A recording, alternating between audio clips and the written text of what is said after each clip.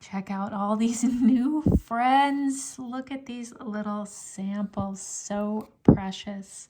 Now these are all lump enamels, so I actually already have a lot of these colors, but I've been starting to collect the lump versions. This is one, especially of the old Thomspon colors, because the old Thomspon enamels are very, very old at this point, and a lot of the pre-ground old Thomspon enamels have kind of deteriorated. And here is a good example of that in action.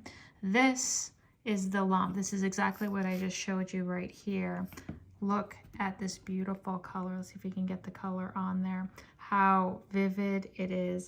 And this is my existing. This is from a pre-ground, so this ground enamel's been sitting around for decades, and you can see it's lost its transparency, and it's just, you know, not great. You can see the color is the same, but the vivid vibrancy is still here with the lump version. So that's why I spent all weekend grinding these enamels. It's all very exciting. Here's another, especially the browns do tend to deteriorate pretty fast. And so these, look how incredibly this is allspice. Really very pretty and very, very nice. I'm very excited. So going to be using a lot of these colors, and yummy.